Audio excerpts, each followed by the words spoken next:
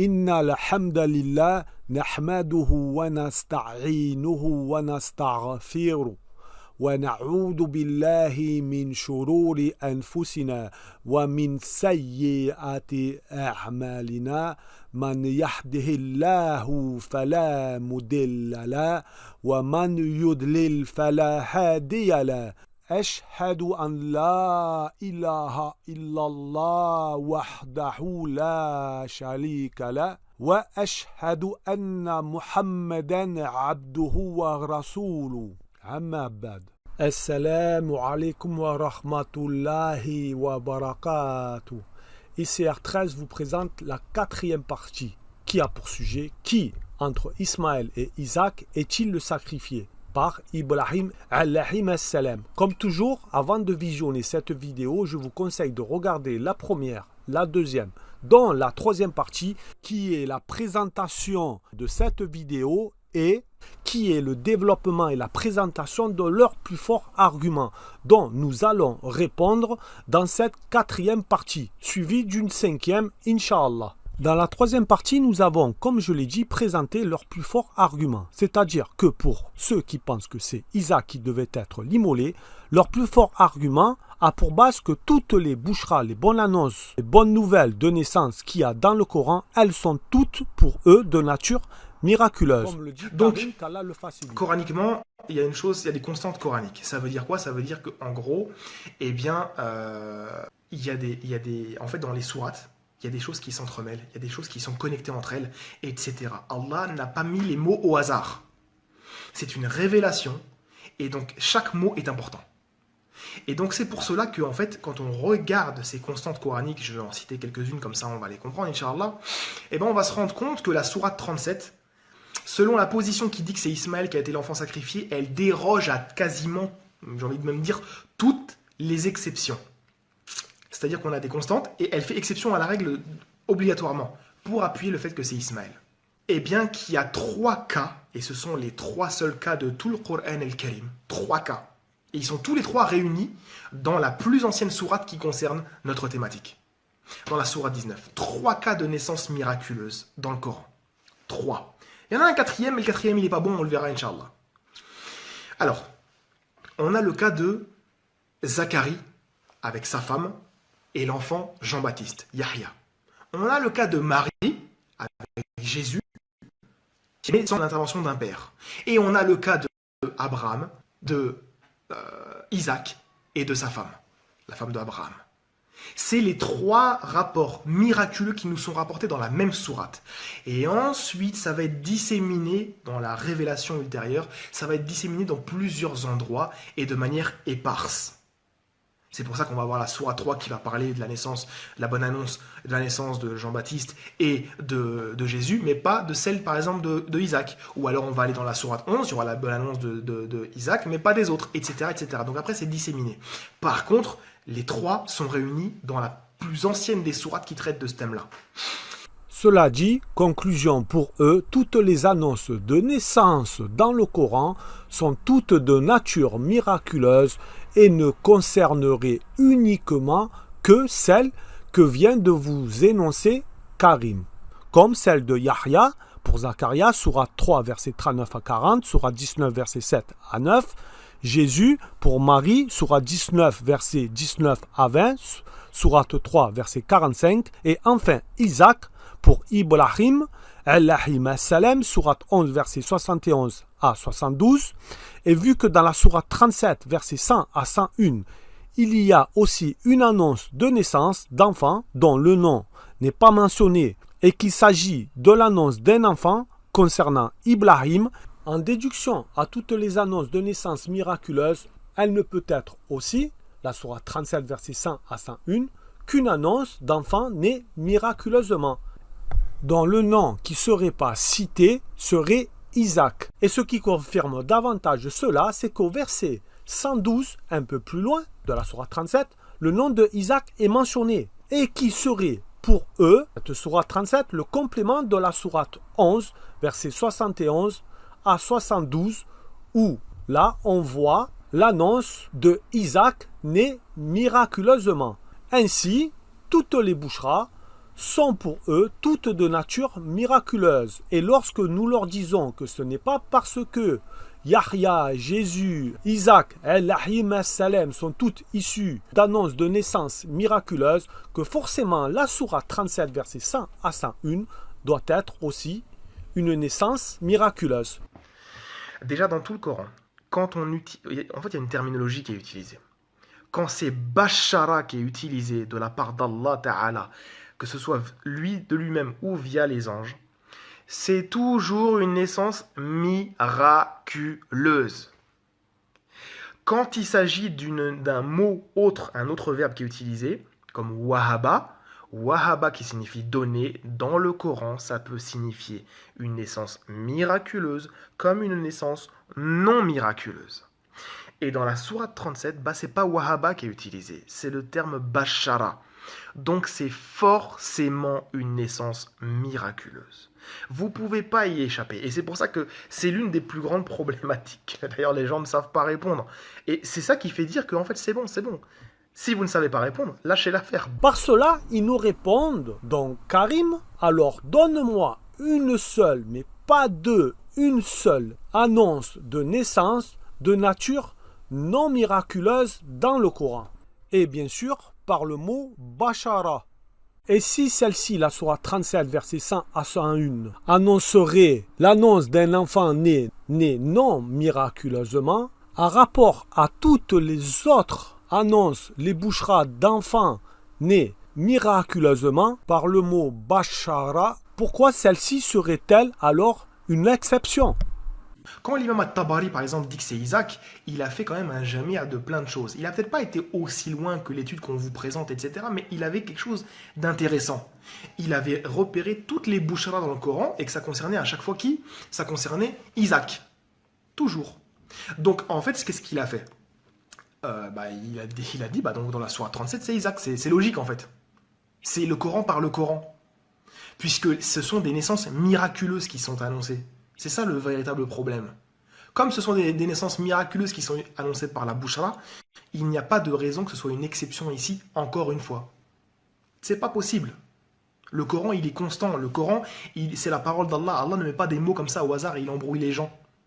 Sinon, il aurait mis le mot Ismaïl et point, ça aurait été réglé. Donc, coraniquement, il y a une chose, il y a des constantes coraniques. Ça veut dire quoi ? Ça veut dire qu'en gros, en fait, dans les sourates, il y a des choses qui s'entremêlent, il y a des choses qui sont connectées entre elles, etc. Allah n'a pas mis les mots au hasard. C'est une révélation, et donc chaque mot est important. Et donc c'est pour cela que, en fait, quand on regarde ces constantes coraniques, je vais en citer quelques-unes, comme ça on va les comprendre, Inch'Allah, on va se rendre compte que la sourate 37, selon la position qui dit que c'est Ismaël qui a été l'enfant sacrifié, elle déroge à quasiment, j'ai envie de même dire, toutes les exceptions. C'est-à-dire qu'on a des constantes et elle fait exception à la règle obligatoirement pour appuyer le fait que c'est Ismaël.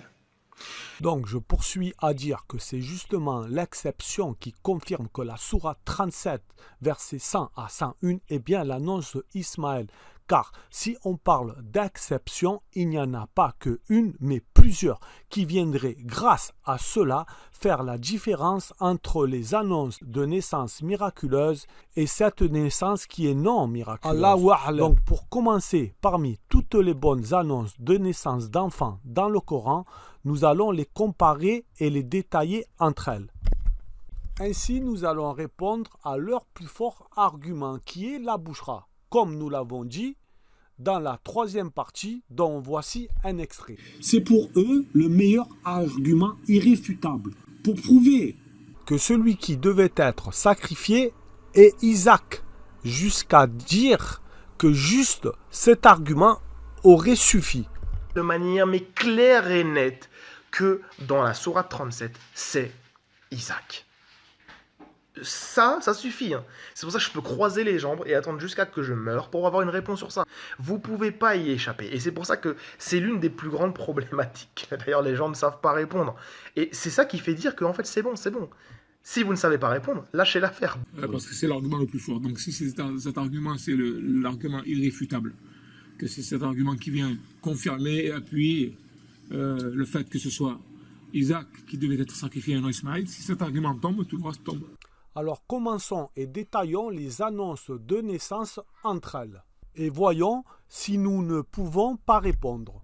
Alors pour ceux qui pensent que c'est Isaac qui devait être immolé, cela ramène pour eux À 3 naissances. la première pour Zacharia avec sa femme, qui ont eu Yahya. La deuxième pour Marie, pour Jésus, Aïssa. La troisième, Ibrahim avec Sarah pour Isaac, Ce qui fait 3 enfants. 3 naissances. d'une façon miraculeuse. Et il ne compte pas Ismaël. Alors que pour nous, qui sommes d'avis que c'est Ismaël, cela ramène à À 4. la première pour Zacharia avec sa femme pour Yahya, la deuxième Marie pour Jésus, la troisième Ibrahim avec Sarah pour Isaac. Et enfin, la 4e. Nous rajoutons justement, Une 4e bouchera. c'est-à-dire avec Agar, c'est-à-dire Ibrahim avec Agar pour Ismaël, Ce qui fait 4 au résultat. 3 naissances d'une façon miraculeuse et une de façon non miraculeuse, pour eux, 3 naissances miraculeuses. puisqu'il ne compte pas Ismaël. Et c'est de celle-ci que tout va se jouer. Donc le résultat, Et de 3 pour eux. pour ceux qui disent que c'est Isaac, Et de 4 pour nous qui disons que c'est Ismaël qui devait être bien l'immolé. Alors nous allons commencer par la première exception. C'est que la sourate, la seule bouchera, la seule annonce d'un enfant parmi toutes les autres où il n'y a pas l'étonnement d'avoir un enfant. Ibrahim alayhi salam n'a pas été étonné lorsque Allah subhanahu wa ta'ala lui annonce la venue d'un enfant dans la sourate 37 verset 100 à 101. Contrairement à toutes les autres annonces de naissance. qui comportent tous un étonnement, pour la simple raison que toutes ne pouvaient pas avoir un enfant. Contrairement à Ibrahim et Agar, que rien ne l'empêche d'avoir un enfant. Alors pourquoi ils vont être étonnés? Pourquoi serait-il étonné? Car si vous voyez bien justement, c'est que parmi eux, quand ils comptent toutes les annonces, toutes les boucheras de nature miraculeuse, toutes comportent l'étonnement, sauf celle-ci. En doute qu'ils savaient qu'Allah il était capable. Mais ils étaient étonnés. Ils Mariam étaient était étonnés étonnée, parce que- Zacharia était étonné. Pourtant c'est un prophète. Mais il est étonné. Comment je peux avoir un enfant? Mariam aussi elle est étonnée. La Marie, Comment je peux avoir un enfant? Aucun homme ne m'a touché. c'est l'étonnement, Ils sont étonnés. Et Sarah, comment je peux avoir un enfant? Je suis stérile. parce qu'ils savaient très bien qu'ils ne pouvaient pas Parce que avoir un enfant. c'était un peu. Comment pourrais-je avoir un enfant? Or que Allah il le dit clairement dans Surat Shura. À Allah appartient la royauté des cieux et de la terre. Hein? Lillahi mulku samawati wal ard yakhluqu ma yasha. Il crée ce qu'il veut. Yahabu liman yasha'u inatha. Il fait don de filles à qui il veut. Wa yahabu liman yasha'u dhukur. Il fait don de garçons à qui il veut. Aw yuzawwijuhum dhukrana wa inatha. S'il veut, il fait des jumeaux, garçons et filles dans le même ventre. Wa yaj'alu man yasha'u aqima. Il rend qui il veut stérile. Mais Allah, il est capable, par sa puissance, de créer, de faire ce qu'il veut. Tout à fait.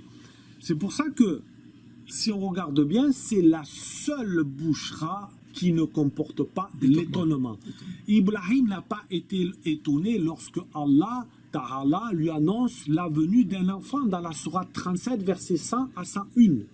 Contrairement à toutes les autres annonces qui comportent tous un étonnement. Comme je vous l'ai dit, pour la simple raison que Ibrahim avec Agar, contrairement à Ibrahim avec Sarah, ou Zacharia avec sa femme, ainsi que Marie, ne pouvaient pas avoir d'enfant d'une façon non miraculeuse.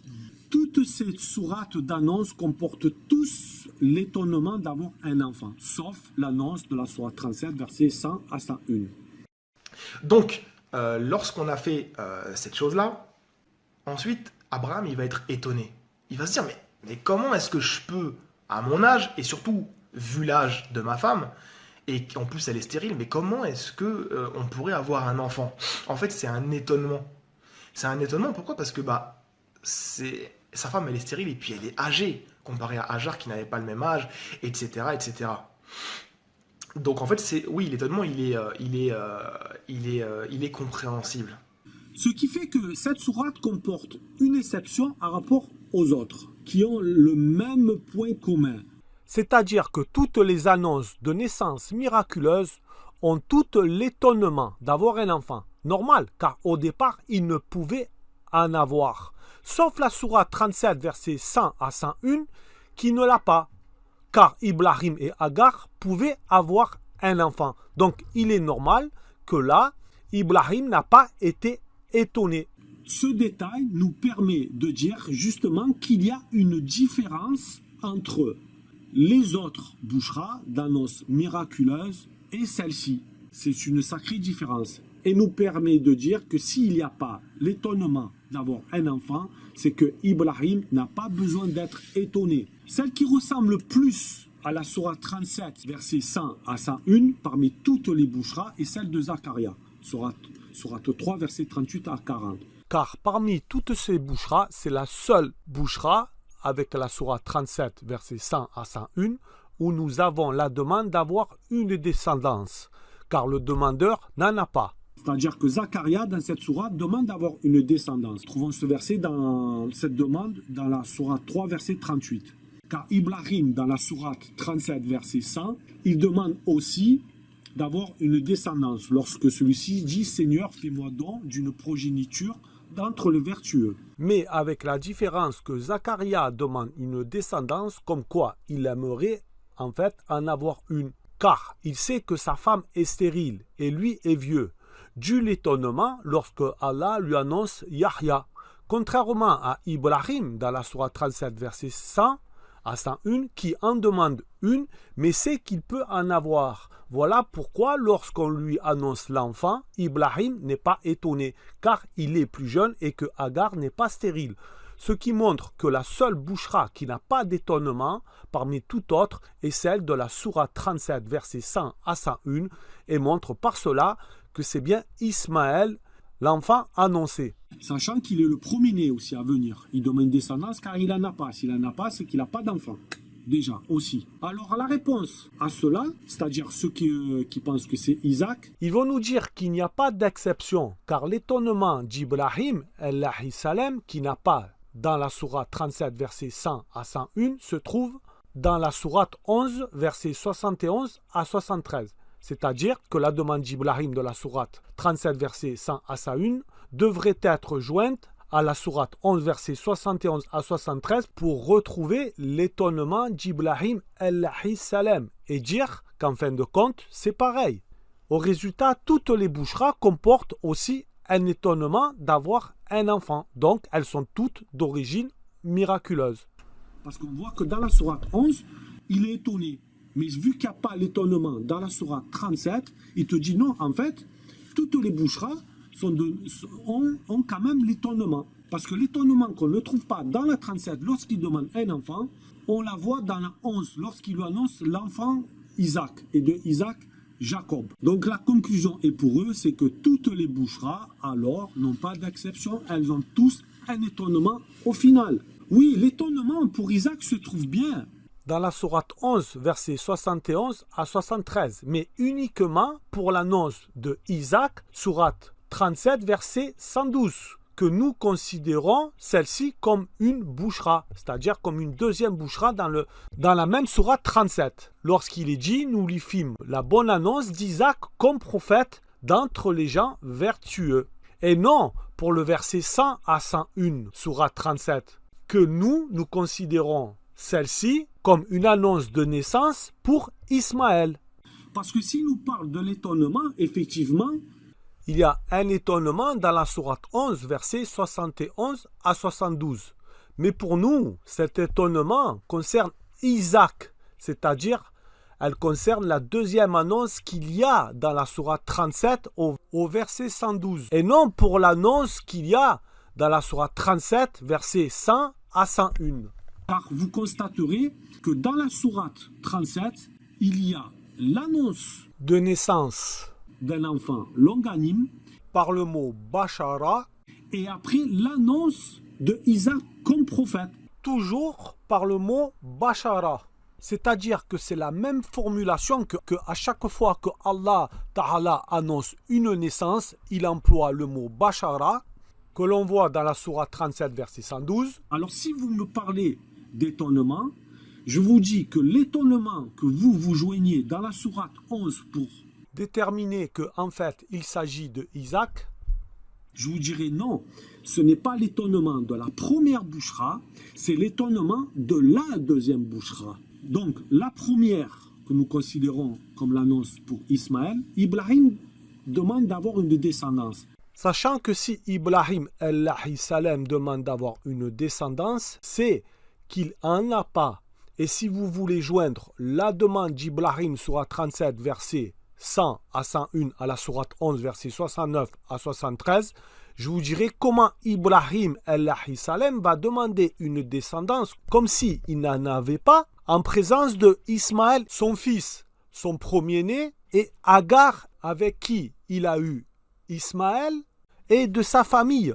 Mais par contre, le fait qu'à la suite de la première annonce de la sourate 37, verset 100 à 101, le nom de Isaac soit mentionné dans la deuxième annonce, sourate 37, verset 112, est pour bien séparer l'une de l'autre et montrer la différence qu'il y a entre ces deux annonces. Et c'est à ce moment-là que l'on pourrait joindre le verset 112 de la sourate 37 à l'annonce de la sourate 11, verset 71 à 73. Pour comprendre que l'étonnement concerne Isaac et non pour le verset 100 à 101 sourate 37 qui concerne Ismaël. Donc si vous nous dites qu'il n'y a pas d'exception, que l'étonnement qui n'a pas dans la sourate 37 se trouve dans la sourate 11, on vous répond que oui, nous retrouvons cet étonnement dans la sourate 11, mais que pour l'annonce de Isaac, sourate 37, verset 112, et non pour la sourate 37, verset 101. Ce qui va parfaitement avec le verset 100, juste avant, où Ibrahim, n'ayant pas de descendance, en demande une, Allah, subhanahu wa ta'ala, lui donne Ismaël, son premier-né, suivi par le verset 112, Isaac, son deuxième. Ce qui fait que l'exception est bien présente, du fait que dans la sourate 37, verset 100 à 101, c'est la seule bouchra qui ne comporte pas l'étonnement d'avoir un enfant, dû au fait que Ibrahim n'a pas besoin de l'être, car il peut en avoir un, et Agar n'est pas stérile, et que Ibrahim n'est pas considéré en ce moment-là comme étant un vieillard. En comparaison avec la sourate 3, verset 40 pour Zacharie, et la sourate 11, verset 72 pour Ibrahim et Sarah. Dans cette sourate, il y a deux bouchras. Une pour Ismaël, verset 100 à 101, sourate 37, il demande une descendance car il n'en a pas. Et une pour Isaac, verset 112, sourate 37, que l'on joint pour l'étonnement d'avoir un enfant, à la sourate 11, verset 69 à 73. Car là, il ne pouvait en avoir, c'est très clair. Et pour encore rajouter que l'on peut joindre l'étonnement de la sourate 11 à la 37, c'est que l'étonnement se manifeste toujours après que l'on annonce un enfant à celui qui ne pouvait en avoir. Comme nous le retrouvons pour toutes les autres annonces de naissance. Miraculeuses, comme pour Yahya, Isa, Jésus et Ishaq. On voit qu'à chaque fois qu'il y a une annonce de naissance miraculeuse, il est obligatoirement suivi dans la même sourate par l'étonnement. Pourquoi l'étonnement n'a pas été de suite dans la première bouchra? Tout à fait. À chaque fois qu'Allah il annonce Isaac, la venue d'un enfant, mais miraculeusement, il y a de suite c'est suivi d'un étonnement. On retrouve toujours la même formulation. Toujours.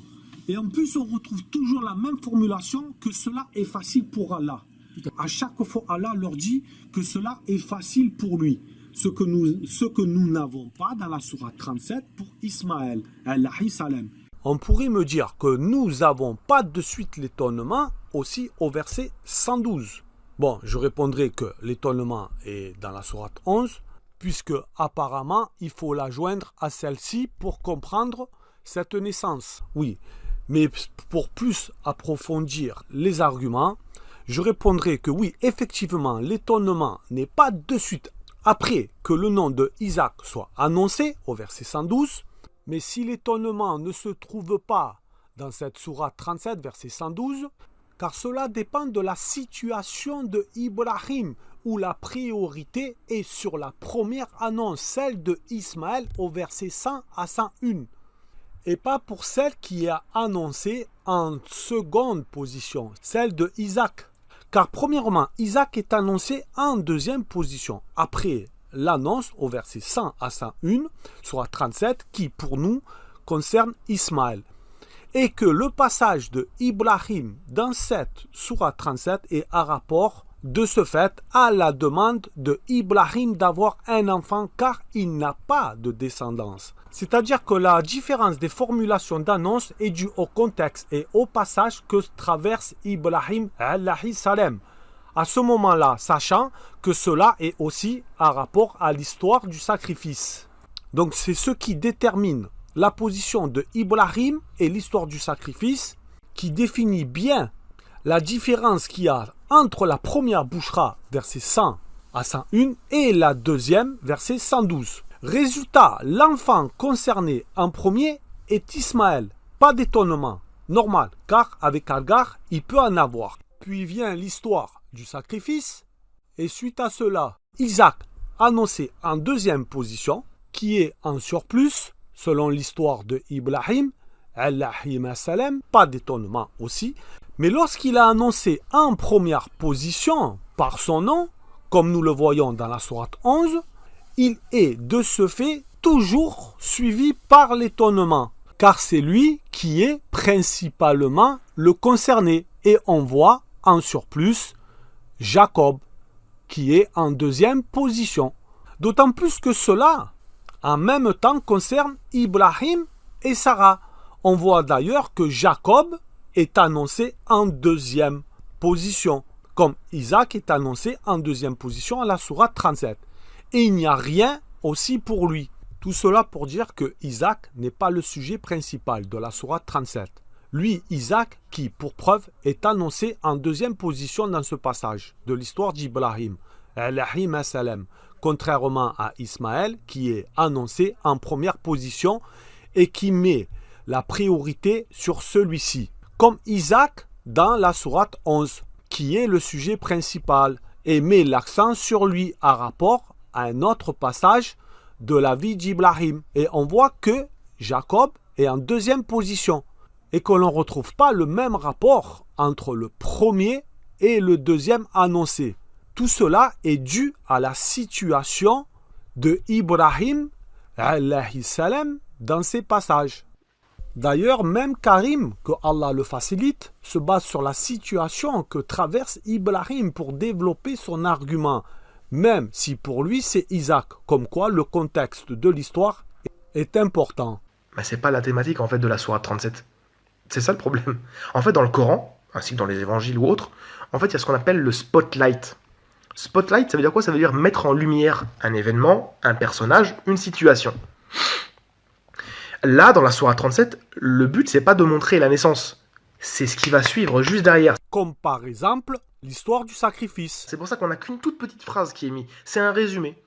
Ce qui ramène à dire que selon l'histoire de la sourate, c'est toujours après que le nom soit annoncé, quand il s'agit d'une annonce d'enfant né miraculeusement, que l'on retrouve l'étonnement. Normal, car s'il pouvait en avoir un enfant, il n'aurait pas besoin d'être étonné, comme au verset 100 à 101, sourate 37. Et vous pouvez constater que tous les enfants nés miraculeusement dans le Coran sont toujours nommés par leur nom. La seule bouchra qui ne comporte pas de nom est celle de la sourate 37, verset 100 à 101. Contrairement au verset 101 où le nom n'est pas annoncé. Ce qui montre par le mot Bashara, au verset 112 de la sourate 37, où celle-ci annonce bien une naissance, celle de Isaac, qui par la conclusion de leurs meilleurs arguments, en effet, toutes les boucheras, les annonces de naissance qui sont nominatives, sont toutes de nature miraculeuse, comme le dit bien Karim. Sauf pour le verset 100 à 101 sourate 37, qui ne l'est pas, où celle-ci ne comporte pas le nom de l'enfant à annoncer. Cela dit, on ne peut pas la compter parmi les annonces de naissance miraculeuses. Donc comme j'avais dit, les annonces elles sont toujours angéliques et de la part de Dieu. Quand il s'agit d'une bouchra, c'est toujours nominatif. Sauf quand c'est un acquis coranique qu'on a déjà eu auparavant. C'est toujours des naissances miraculeuses. Par contre, quand Allah Ta'ala fait une annonce de naissance, c'est toujours via des anges, toujours nominatif. Et il n'y a pas cela pour Ismaël. C'est toujours pour Isaac dans le Coran. C'est pour ça qu'il faut faire attention. Comme il le dit, il n'y a pas cela pour Ismaël. Il n'y a pas cela dans la sourate 37, versets 100 à 101. L'annonce de naissance par le mot Bashara n'est pas nominative. Vous voyez, voilà, c'est toujours nominatif pour les annonces miraculeuses de naissance. Et effectivement, au verset 112, il y a le nom de Isaac.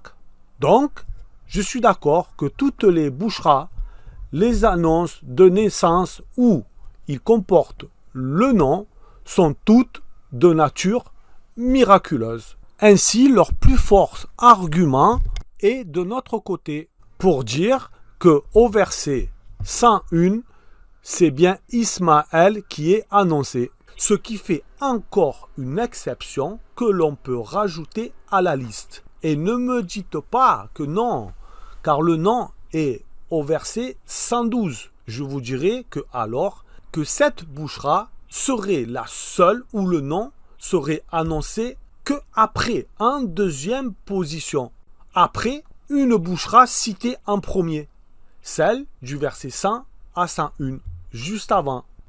Et ça serait la seule annonce de bouchera d'un même enfant, où il aurait deux boucheras. La seule qui serait annoncée deux fois par le mot Bashara, sachant que pour Karim, chaque fois que Allah Ta'ala emploie le mot Bashara, c'est toujours pour annoncer une naissance miraculeuse, ce qui n'est pas le cas.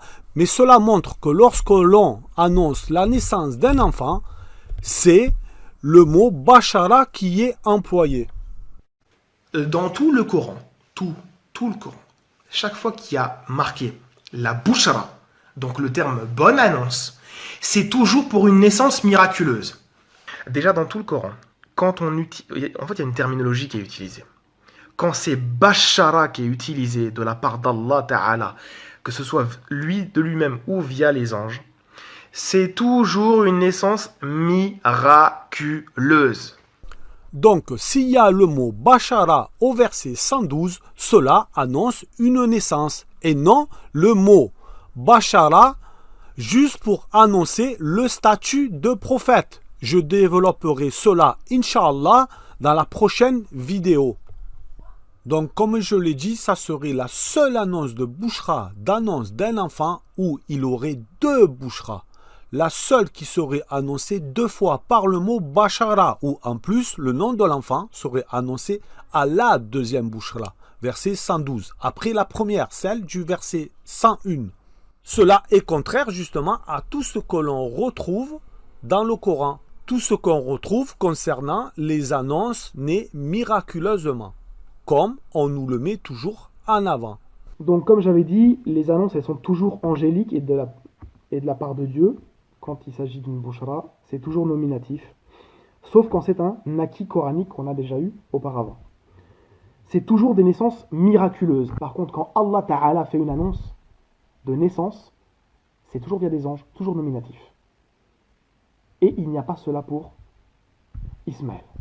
C'est toujours pour Isaac, dans le Coran. C'est pour ça qu'il faut faire attention.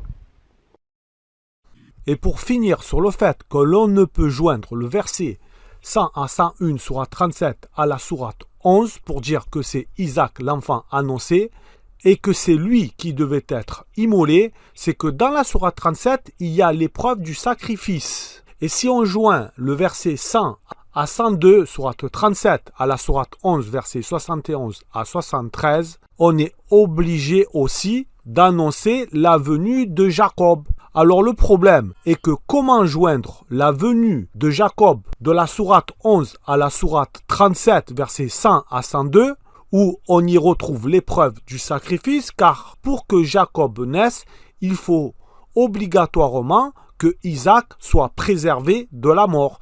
Et si on a annoncé que Isaac doit être sacrifié, on ne peut alors annoncer que de Isaac viendra Jacob, Elohim as-Salem, ce qui annulera alors aussi l'annonce de Jacob, sourate 11, si l'on devrait joindre la sourate 11 à la sourate 37, pour dire que l'enfant annoncé est Isaac. Car on ne peut pas dire, Sourate 37, verset 101, nous lui fîmes donc la bonne annonce d'un garçon longanime qui serait Isaac, en joignant la sourate comme on nous lui dit qu'il faut joindre la sourate 11 à la sourate 37 pour dire que c'est Isaac l'enfant annoncé, donc à la sourate 11 verset 71 pour dire que de Isaac viendra Jacob.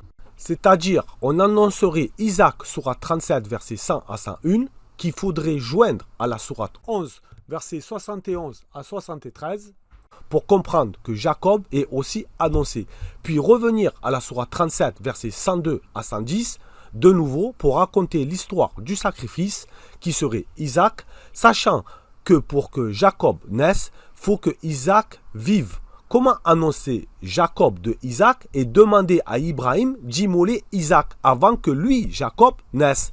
Et dire après, au verset 102, sourate 37, puis quand celui-ci fut en âge de l'accompagner, Abraham dit « Oh mon fils », donc ça serait « Oh mon fils Isaac, je me vois en songe en train de t'immoler ». Ibrahim aurait eu une réaction ainsi même que Isaac. Par contre, si on annonce Ismaël sourate 37 verset 100 à 101, puis l'annonce de l'immolation verset 102 qui serait pour Ismaël, et après l'épreuve réussite, annoncé au verset 112 en surplus Isaac. Cela tient debout et il n'y a pas de problème là pour joindre le verset 112 de la sourate 37 à la sourate 11 verset 69 à 73 pour annoncer de Isaac Jacob. Et on peut là par contre joindre l'étonnement à ce moment-là, c'est-à-dire l'étonnement qu'il n'y a pas dans la sourate 37, là on pourrait la joindre à la sourate 11, où l'étonnement d'avoir Isaac et Jacob, où l'étonnement là est bien présent. La sourate 37 qui annonce un enfant, verset 100 à 101, qui serait Ismaël, Allahu A'lam, puis l'annonce du sacrifice, verset 102, mais une séparation avec l'annonce de Isaac, verset 112. Il y a en fait deux annonces d'enfants, une pour Ismaël, verset 100 à 101, puis le sacrifice, verset 102, puis l'annonce de Isaac, verset 112, et de Isaac, Jacob, sourate 11, verset 71. Si on devrait joindre cette sourate à la sourate 37, là, il n'y a pas de problème. En fait, le fait d'avoir annoncé, c'est-à-dire la progéniture d'Isaac, montre bien qu'Isaac ne peut pas être le sacrifié. Parce que sinon, comment Jacob peut naître si maintenant tu annonces en avance, avant de sacrifier le fils, tu annonces qu'il va avoir une progéniture. Ça montre bien que s'il va avoir une progéniture, s'il doit être sacrifié. Bien sûr. Et en plus, c'est les deux c'est les deux à avoir été soumis. Parce que là, il dit Falama Aslama. Ils se sont tous les deux soumis. Qui se sont soumis les deux? C'est-à-dire Ibrahim, Ismaïl. Lorsqu'ils se sont soumis, et dans les doigts, quand Ibrahim il dit Rabbana, waj'alna muslimayni lak. Parce que nous soyons tous deux soumis à toi. C'est la prière, la doua qu'Ibrahim avait faite quand il est à la Mecque. Et à la Mecque, on sait que c'est Ismaïl, c'est pas Isaac qui était à la Mecque. Donc Ibrahim, il a fait doua pour que lui et Ismaïl soient soumis tous deux à Allah Azzawajal. Et là, il mentionne dans cette sourate-là qu'ils se sont tous deux soumis. Tous deux soumis, ça, c'est les mêmes, oui, c'est la même formulation. C'est le même esprit. En fait, il a fait doua pour qu'ils soient deux soumis. Rabbana waj'alna muslimayni lak wa min dhurriyyatina ummatan muslimatan lak wa arina manasikana wa tub alayna innaka antat tawwabur rahim. Et dans sourate 37, falamma aslama wa tallahu lil jabin. Lorsqu'ils se sont tous deux soumis, parce qu'Allah leur a... C'est la même formulation. Pareil. Alors, ils vont nous répondre encore pour contrer cet argument, c'est-à-dire pour contrer notre réponse à leur argument. Ils vont dire que non, il y a deux annonces, mais en fait, c'est la même bouchra. Une annonce pour annoncer un enfant, Isaac, et une autre annonce pour dire qu'il sera prophète. On a une deuxième annonce qui est faite, qui serait en gros que puisque, après le passage du sacrifié, nous avons en fait une annonce sur Isaac. Le texte nous dit ceci.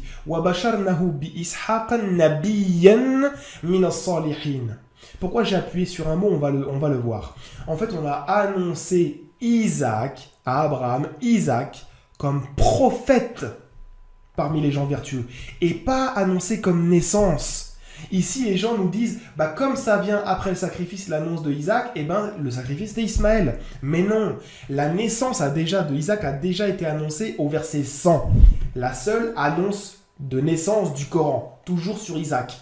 Et au verset 112, eh bien, c'est en rapport avec toujours le même Isaac, mais qui va être prophète. Pourquoi? Parce qu'il a réalisé l'épreuve. C'est tout. Donc, comme il a réalisé l'épreuve, qu'il n'était pas prophète encore à cette époque-là, qui a eu la vision dans l'épreuve? C'est Abraham. L'enfant n'a pas eu cette vision-là. Il n'était pas encore prophète. Le prophète, dans le récit, c'est Abraham. Donc on se rend compte, eh bien, que ensuite, comme il a réussi l'épreuve, la bénédiction, c'est qu'il soit prophète. C'est tout. Nous répondrons à cet argument verset 112 sur 37 dans la suite de cette vidéo, la partie 5. Inch'Allah. Et pour conclure cette vidéo, nous sommes d'accord que toutes les boucheras sont toutes de nature miraculeuse, avec les détails suivants, comme quoi les naissances miraculeuses sont toutes nominatives et sont toutes annoncées à des personnes qui ne pouvaient avoir un enfant, par le fait qu'elles comportent toutes un étonnement, sauf pour la sourate 37, versets 100 à 101. Pas de nom, pas d'étonnement. C'est toujours des naissances miraculeuses. Par contre, quand Allah Ta'ala fait une annonce de naissance, c'est toujours via des anges, toujours nominatif. Et il n'y a pas cela pour Ismaël. C'est toujours pour Isaac, dans le Coran. C'est pour ça qu'il faut faire attention. Effectivement, cet argument est très fort. C'est le Coran par le Coran. Puisque ce sont des naissances miraculeuses qui sont annoncées. C'est ça le véritable problème.